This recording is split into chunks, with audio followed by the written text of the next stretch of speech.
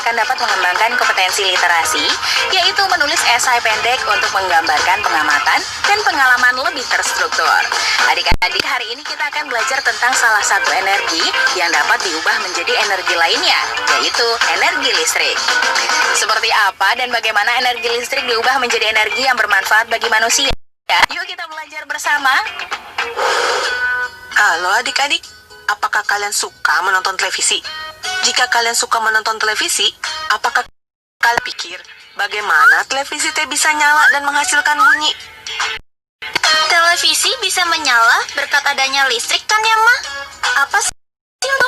Apa saja yang menghasilkan listrik? Nah, pada bab ini teh, kita akan belajar bersama tentang listrik, Mini. Jadi, simak baik-baik ya. Energi listrik teh, pada dasarnya merupakan satu bentuk energi yang dapat dimanfaatkan sebagai sumber daya energi. Artinya, energi listrik teh dapat diubah menjadi bentuk energi lainnya. Energi memiliki sifat kekal dan hanya berubah bentuk saja loh.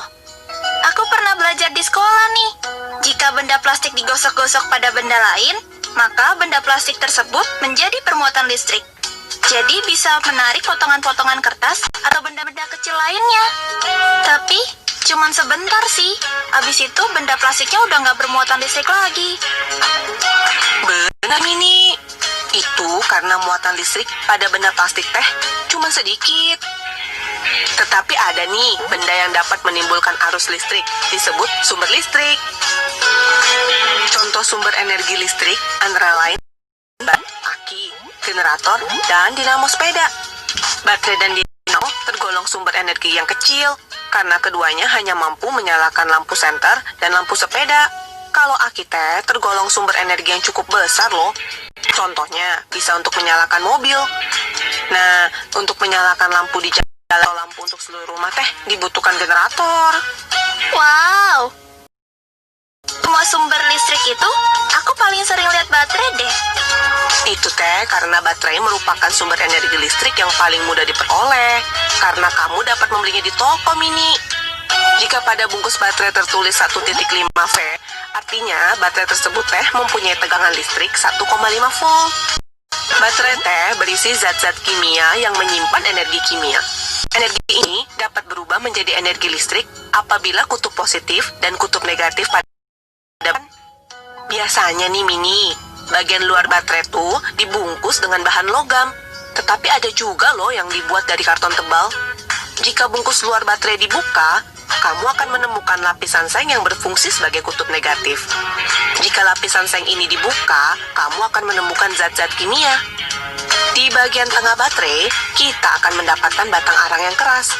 Ujung luar batang arang inilah biasanya dihubungkan dengan tembaga dan berfungsi sebagai kutub positif. Kalau aki atau biasa kita kenal juga dengan akumulator, biasanya berisi zat kimia berupa cairan loh. Aku tahu tuh, aki yang biasa ada di kan, kalau sudah lama dipakai, energi listriknya bisa habis. Aku pernah melihat ayah menyetrum dan menambah air ke dalam aki supaya bisa dipakai lagi.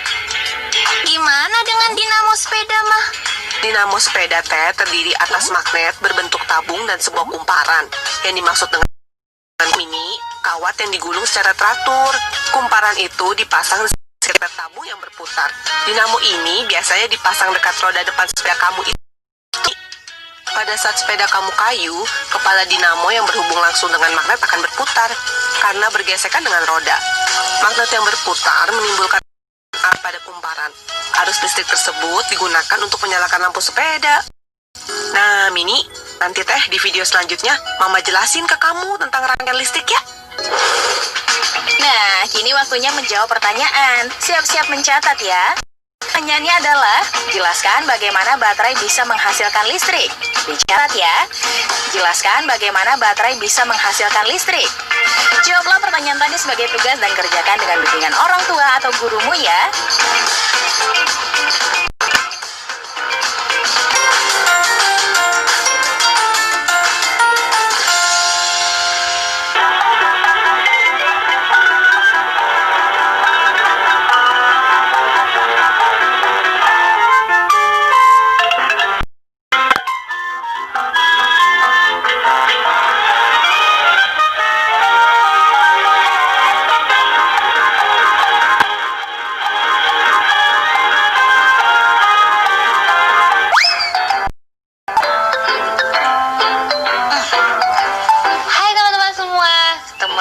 dengan Pipi, tentunya dalam acara kesayangan kita, Dokter Sains. Teman-teman, hari ini Pipi lagi nyetrika nih. Ya, walaupun hanya nyetrika baju sendiri aja, tapi kan tetap aja itu namanya. Nah, kalian juga harus seperti Pipi ya, harus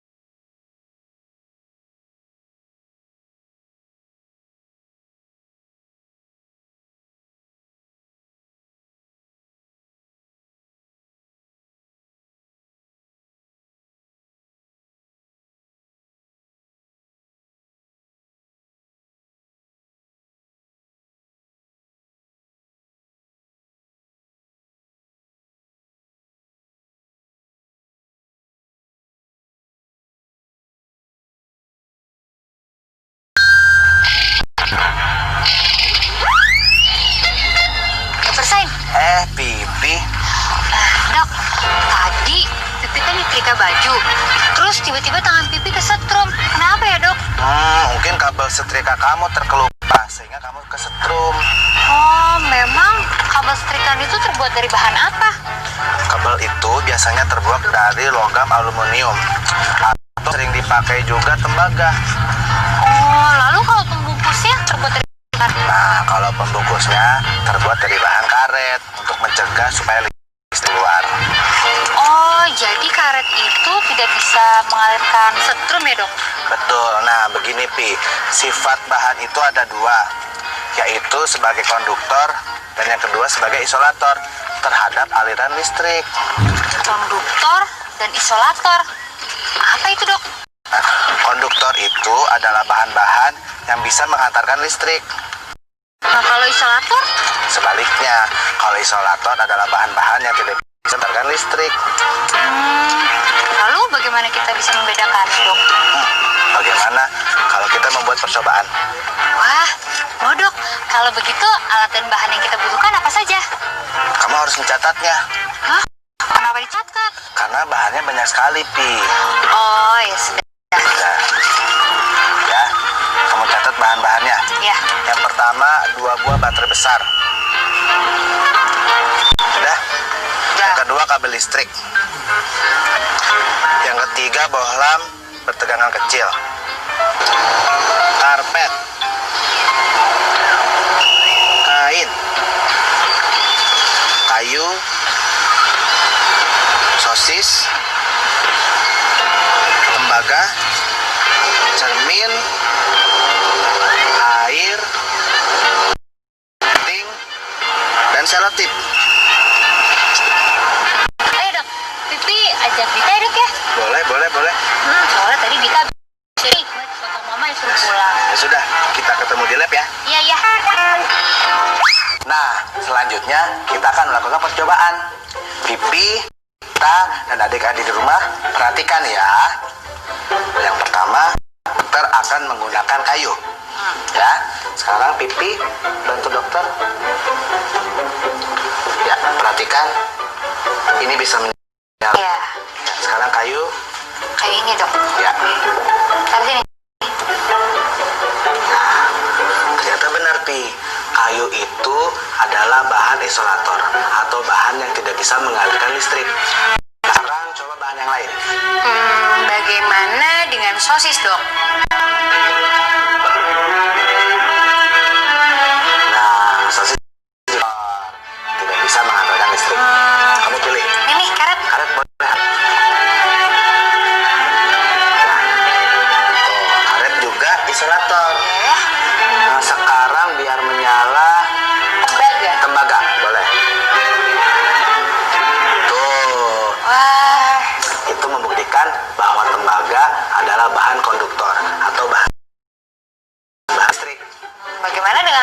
cermin. Cermin, boleh. Baca dulu dong. Nanti aja deh. Ya sudah deh. Wah, Nyala ya dok. cermin nyala. Tuh, berarti cermin adalah Isolator. isolator, tidak bisa menghalalkan listrik. Bagaimana dengan kain? Nah, kain juga termasuk bahan isolator, adik-adik di rumah. Gimana kalau coba dengan air? Boleh. Ya. Gitu. Nah, kita coba. Nah, tidak menyala. Tetapi menurut ilmu pengetahuan, air itu termasuk konduktor. Karena banyak berita yang kita saksikan ya, orang-orang banyak yang kesetrum kalau sedang berada di air. Kenapa ini tidak menyala dok? Karena dayanya kecil. Oh, oh iya, Pipi ngerti sekarang. Berarti tadi tuh Pipi kesetrum karena pembungkus kabel serigala Pipi itu terkelupas. Ternyata pembungkus kabel itu merupakan isolator yang baik, teman-teman. Betul sekali, Pipi. Makanya alat-alat elektronik kita di rumah terbungkus rapi karena supaya listriknya tidak menyebar kemana-mana akan kita.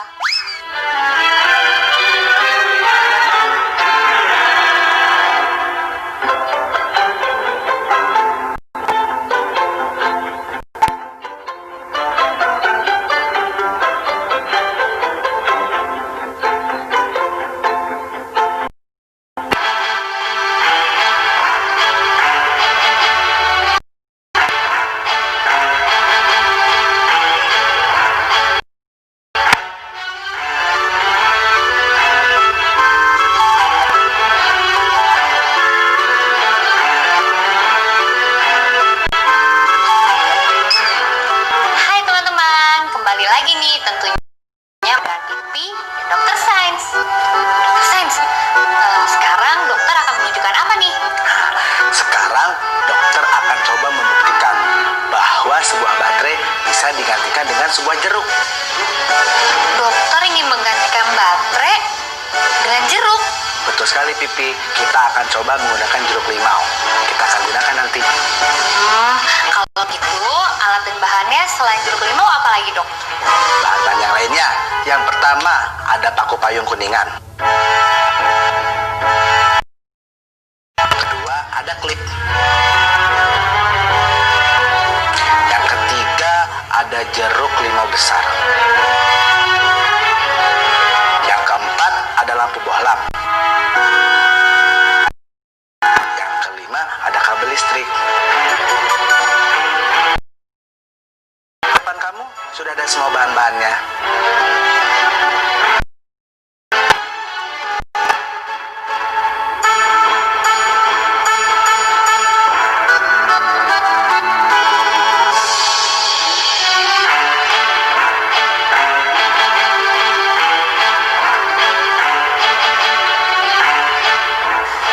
Wah, dokter baik sekali. Terima kasih ya dok. Berarti kita tidak perlu capek-capek lagi mencarinya.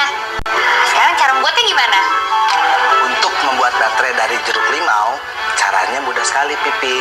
Pertama, tusukkan paku payung klip pada sisi berlawanan ke dalam jeruk limau.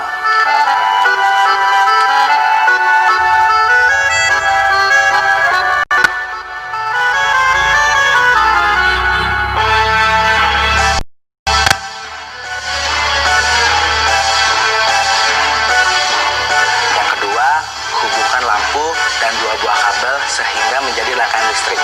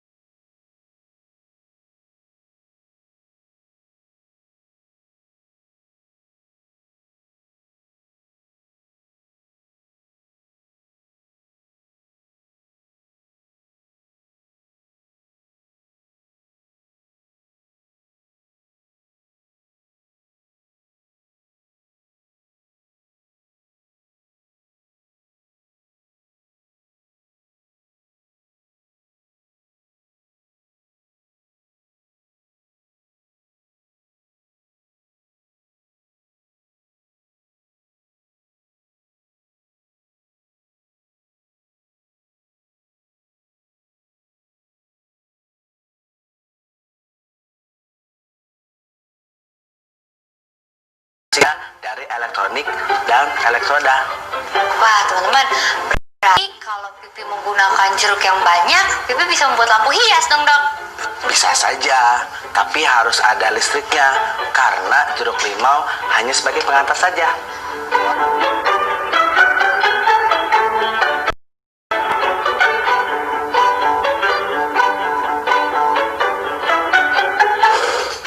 Nah, kini waktunya menjawab pertanyaan. Siap-siap mencatat ya. Pertanyaannya adalah, mengapa logam termasuk konduktor?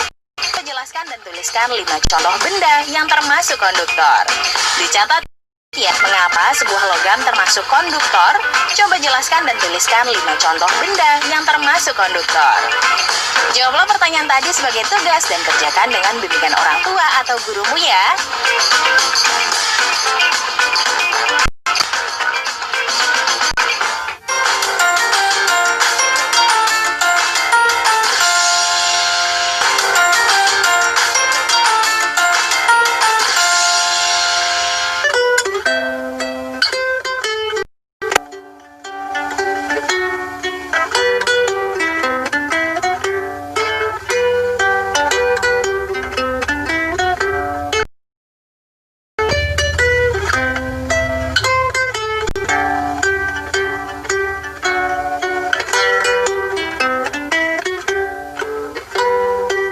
Kali ini Budi akan membahas tentang rangkaian listrik. Rangkaian listrik adalah susunan dari komponen-komponen yang saling dihubungkan dengan sumber tegangan sehingga memiliki fungsi dan kegunaan tertentu. Tip kerja listrik adalah listrik akan mengalir dari kutub positif ke kutub negatif. Macam-macam rangkaian listrik. Rangkaian listrik dibagi menjadi 2, yaitu rangkaian listrik seri dan rangkaian listrik paralel. Rangkaian listrik seri adalah rangkaian listrik yang disusun secara berurutan, yang satu di belakang yang lainnya. Positif ketemu dengan. Sedangkan rangkaian listrik paralel adalah rangkaian listrik yang disusun secara berdampingan.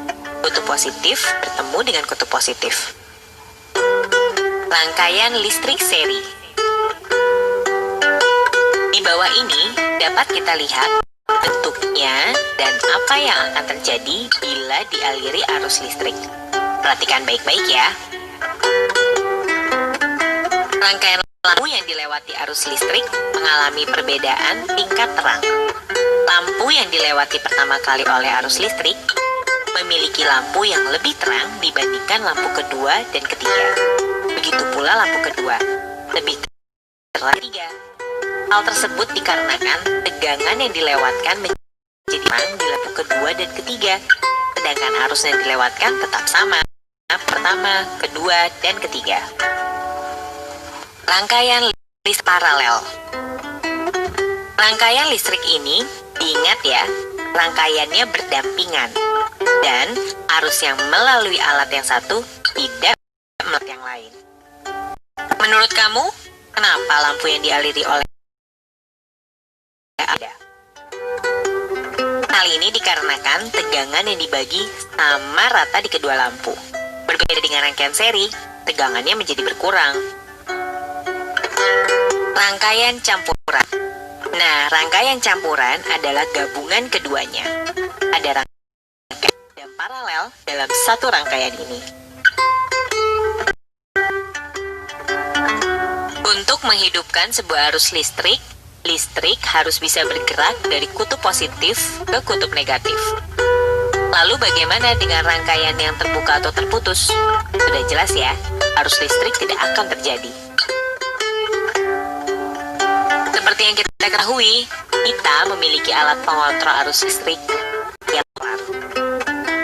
Saklar berfungsi untuk memutus dan menyambungkan listrik. Nah, pada rangkaian ini ditambahkan saklar. Apa yang akan terjadi bila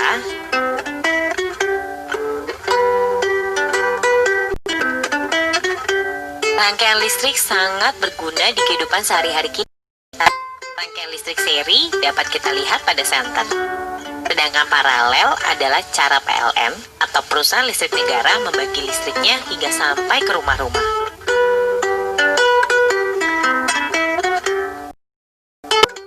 Ayo hemat listrik dan juga berhati-hati dalam penggunaannya. Hindari penggunaan listrik yang tidak terpakai. Gunakan pula alat-alat listrik yang aman, karena listrik bisa menjadi berbahaya apabila tidak digunakan sesuai dengan aturannya. Selamat berkreasi dengan rangkaian listriknya ya, dan temukan juga berbagai inovasi pengetahuan dalam dunia listrik, sehingga membantu kita untuk hidup lebih aman dan nyaman. Nah, kini waktunya menjawab pertanyaan. Siap-siap mencatat ya. Pertanyaan pendapatmu mengenai penggunaan rangkaian paralel untuk rangkaian listrik di rumah. Dicatat ya. Apa pendapatmu mengenai penggunaan rangkaian paralel untuk rangkaian listrik di rumah? Jawablah pertanyaan tadi sebagai tugas dan kerjakan dengan bimbingan orang tua atau guru.